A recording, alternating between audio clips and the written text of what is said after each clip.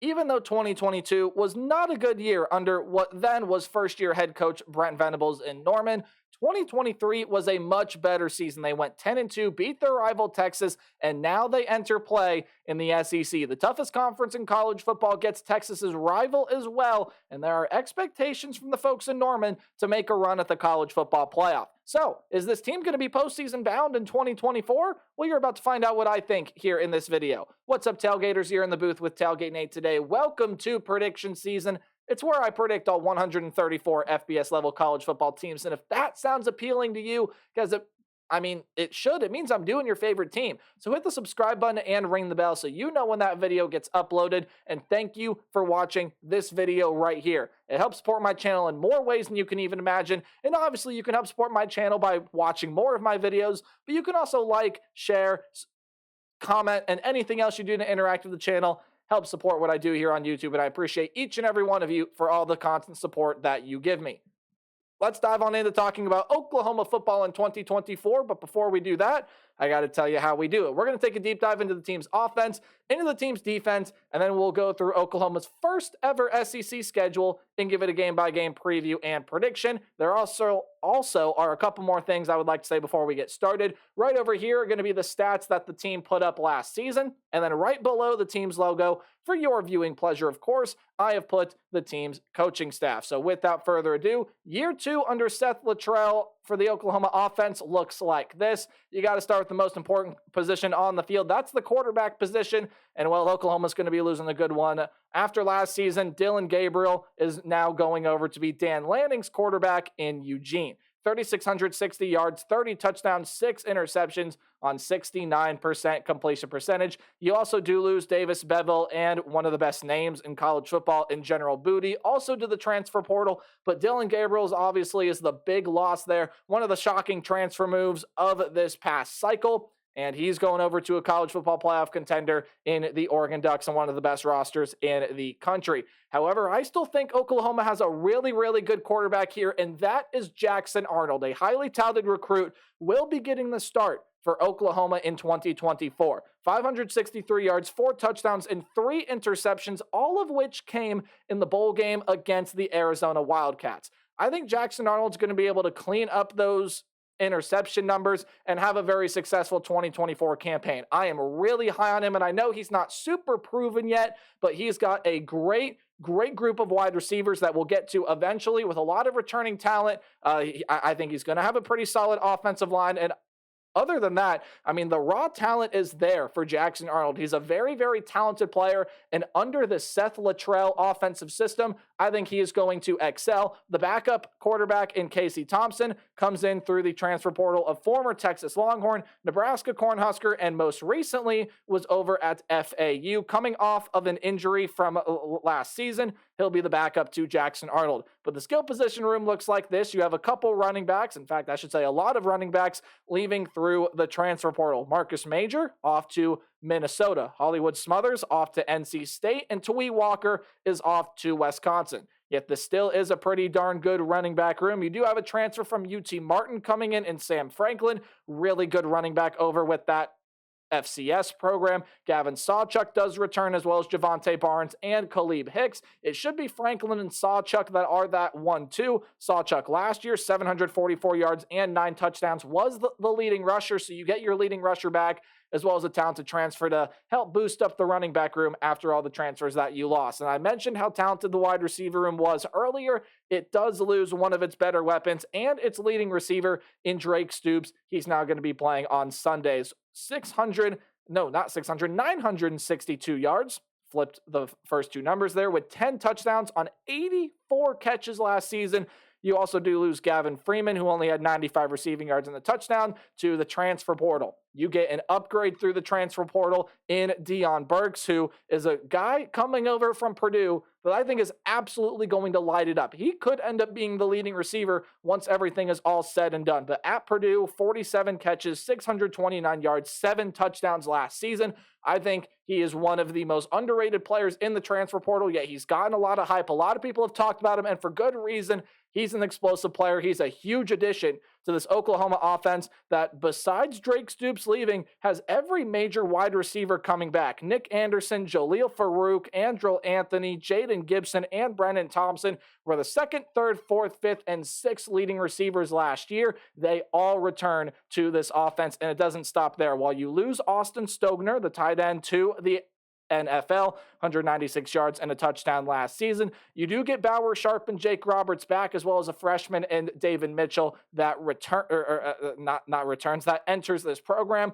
Blake Smith is a backup tight end that leaves through the transfer portal as well. But your offensive line is going to get a big overhaul. Tyler Guyton, Walter Rouse, and Andrew Ram are all gone through the NFL. Caden Green and Savion Byrd are gone through the transfer portal. So you really only return two great notable offensive linemen in Jake Taylor and Jacob Sexton, but a lot comes in through the transfer portal. Hatchett, Nwaiwu, Tarkin, Brown, Hickman, all of those guys and more come in through the portal, and it's going to be a completely retooled Oklahoma offensive line, but an offensive line that I still feel is going to be a really good piece to this team in 2024.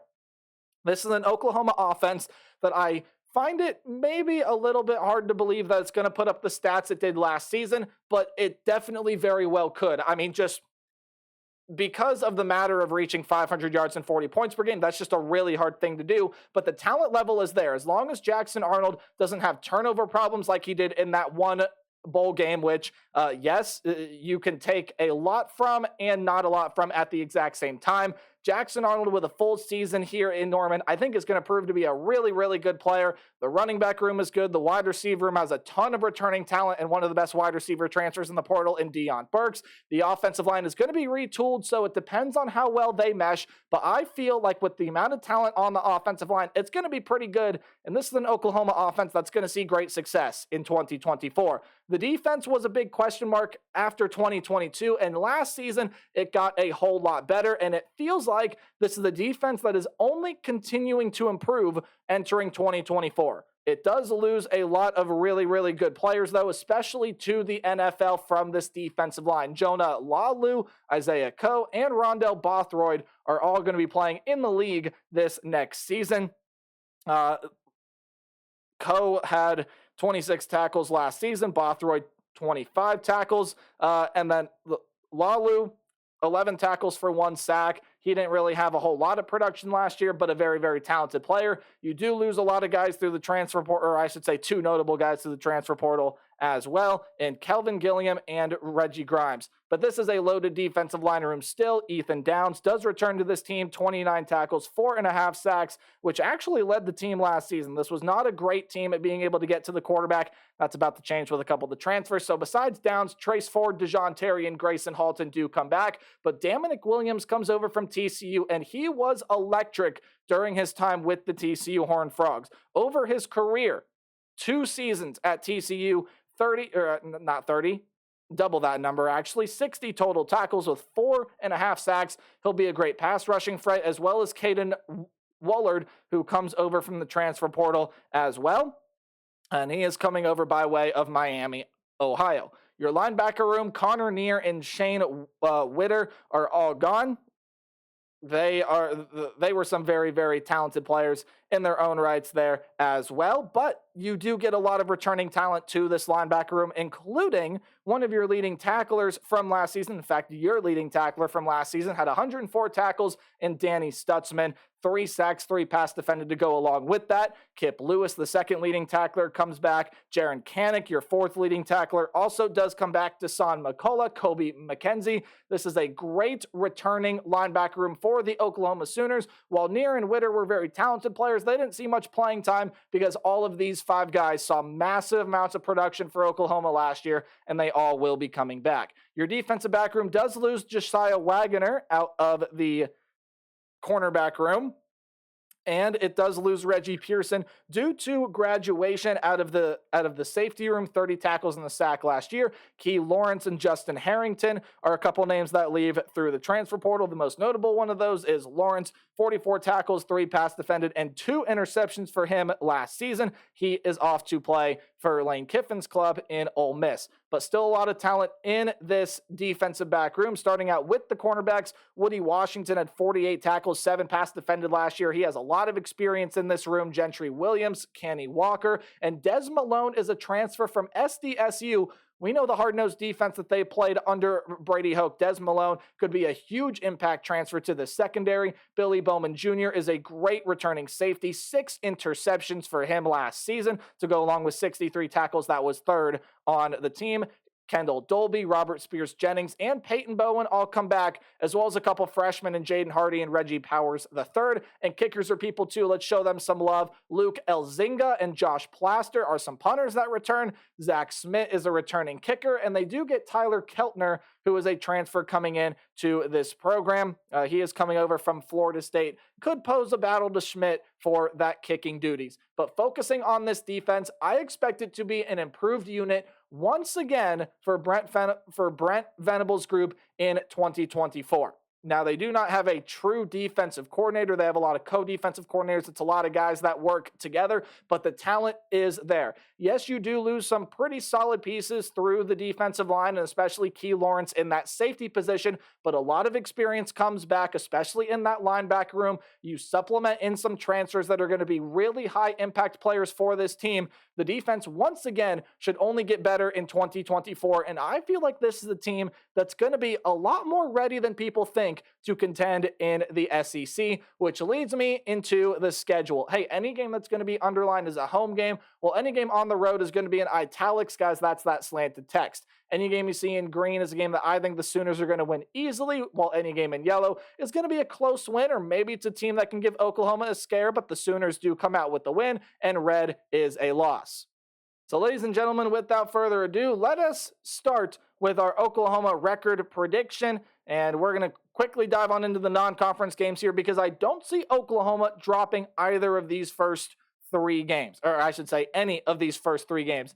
Temple does have some really talented players, but they have yet to really put it all together the past couple of seasons. I like Oklahoma to get a good win week 1 on a Friday against the Temple Owls, and then you have to go up against the Houston Cougars. Willie Fritz was an A-plus home run hire, but I think with the talent that is on this team, it's going to take a little bit of time for Willie Fritz to find his footing in Houston. Now, the Cougars are going to be a lot better of a side this year than they were last year. I still don't see them being up to the level of the Oklahoma Sooners. I do see Oklahoma being able to win that game, and I see them being able to fairly comfortably beat Tulane as well, but you need to watch out for this one. Tulane may be losing Willie Fritz to Houston, sure, but you are getting John Summerall over from Troy, who I think is, again, another A-plus slam dunk home run hire. Tulane is still going to be a really, really good team. They're going to be one of the better teams in the Group of 5 realm this season. However, I do see Oklahoma being able to beat the Tulane Green Wave. Tulane may be able to give Oklahoma a fight for a little bit, but especially with the talent that Oklahoma has offensively, I see them being able to pull away and win that one before they enter their first game as an SEC team, playing another SEC team, that is, and they get to face the Tennessee Volunteers. It is time for Nico Iamaleava. I hope I said that last name right, in Tennessee, and the fans in Knoxville are going crazy for him. He absolutely is a guy that is going to be very disappointing if he doesn't live up to the hype. I think he's going to end up being a really, really good quarterback for the Tennessee Volunteers. But Tennessee has a lot of defensive questions, and I don't quite know if the Volunteers' defense is going to be able to slow down Jackson Arnold, this group of Oklahoma wide receivers, or this Oklahoma run game enough to be able to win. Iamaleava is going to have a great season at Tennessee. He's got a lot of offensive weapons.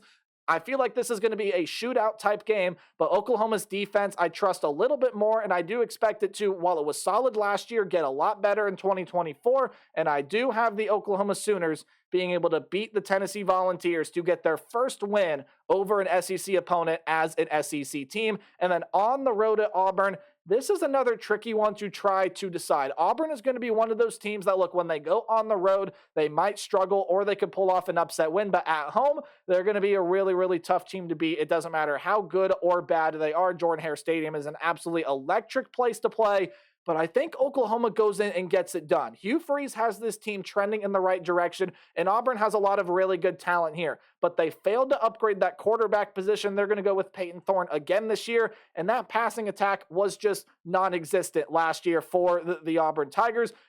You can't say the same thing about Oklahoma here. Jackson Arnold is a really, really good player, and I think this passing attack will be able to outduel the Auburn Tigers with the improvements that Oklahoma will make defensively. I think they're going to go on the road and get a massive win against the Auburn Tigers before their first bye week and their neutral site game in Dallas against their rival in Texas. The Red River rivalry comes to the SEC, and I think Texas gets their revenge from last season. This is going to be another close, really, really fun game here.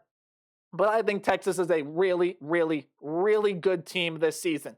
I think they're a top 5, if not top 3 team in the nation. Quinn Ewers comes back. This is still a loaded Texas offensive group, and they brought a lot of transfers in to supplement what they lost in the wide receiver position. The defense is still going to be really, really good. I just think Texas is too talented. Give me the Longhorns to beat the Sooners and hand Oklahoma their first loss of 2024. But I do think they're going to be able to come back the next week as they get to come back home to Norman and play the South Carolina Gamecocks. That's a team that's got to get a lot of things figured out this season. Still some good talent, but you lose Spencer Rattler, Antoine Wells, some really good defensive pieces. Oklahoma will win that game. Then you got to go on the road and play Lane Kiffin's Ole Miss Rebels, and Ole Miss is in win-now mode. Jackson Dart comes back. A plethora of offensive talent returns. Even more comes in through the transfer portal, and the defense just seems to get better year after year after year, and this might be the most talented defense that Lane Kiffin has had in Oxford to date. Ole Miss is going to be a very good team, and I am very high on what the Rebels have this season, especially Oklahoma going on the road. I don't see them beating the Ole Miss Rebels. Give me Lane Kiffin's squad to knock off the Sooners, hand them loss number 2. No question about this next one. Oklahoma will be able to beat Maine, and then here's a game against the Missouri Tigers. I think this is going to be a very, very interesting game. Missouri has some defensive questions after losing a ton of talent from last season, especially after defensive coordinator Blake Baker left. The defense probably ultimately will regress in 2024, but the offense is going to be electric. Luther Burden and basically that entire wide receiver room comes back. Brady Cook is coming back. They got 2 great transfers in Marcus Carroll and Nate Noel in that running back room to replace what they lost in Cody Schrader and Pete. This is going to be an electric offense, and while the defense takes a step back, Missouri's going to be able to contend with the best of them in 2024. I just see there being 1 or 2 games that Missouri doesn't necessarily perform well in, and even though this is a home game in Columbia for the Tigers, I got Oklahoma going on the road and pulling off this win. 2 electric offenses led by what I think are 2 very good quarterbacks. Brady Cook proved it last year. Jackson Arnold, again, I'm very high on him. I think he's going to be a really good talent. He's got a lot of talent around him, and I think especially Deion Burks makes the difference. LSU has the best wide receiver in this game, no question, in Luther Burden. You could argue that Oklahoma's wide receiver room is a little bit deeper, and their offense might overall be a little more talented. I would still probably lean with the Missouri Tigers. Again, I said you could argue, but the defense here does it for me. I think Oklahoma's defense will be a little bit of a step above where the Tigers' defense is this year, and Oklahoma will win the game on the road against Missouri. Call it an upset, which I'm going to. I think Oklahoma's going to be able to pull off that win. And then you get your bye week, but 2 very tough games to close out this year, and I think you lose both of them. You can't count out Kalen DeBoer and the Alabama Crimson Tide. That's still going to be a very, very good team. And yes, they lost a lot to the transfer portal. There's a lot of talent still there, and Kalen DeBoer's squad in Tuscaloosa is still going to be one of the best in college football. Then you have to go on the road and play the LSU Tigers, who I think are going to be another very, very good team. They got Blake Baker over from Missouri, and that Tiger defense over at LSU is going to be a ton better. The offense is still loaded. They got some good pieces at wide receiver. It's time for Garrett Nussmeier and going on the road to play in Tiger Stadium, especially if this happens to be a night game. Oklahoma's going to find out what LSU is really made of on the road, and I think the Tigers are going to be able to pull off that win, which leads me to an 8-4 record for the Oklahoma Sooners. For their first year in the SEC, not bad at all. I mean, you pick up a win against a Tennessee team that can win 9 or 10 games this year, a road win against Auburn, a road win against Missouri that very well could end up making the college football playoff. This is, I think, a fairly successful year in Norman for this program. Now, I know the fans in Norman are probably going to want more, but I think 8-4 is a pretty fair prediction, as this is a pretty tough schedule here. Bottom is 5-7, top is 10-2. Let me know what you think about the Sooners in 2024. And as always, remember to play hard but tailgate harder. We're going to go with the Arizona Wildcats, the Big 12 team. They're up next. Goodbye.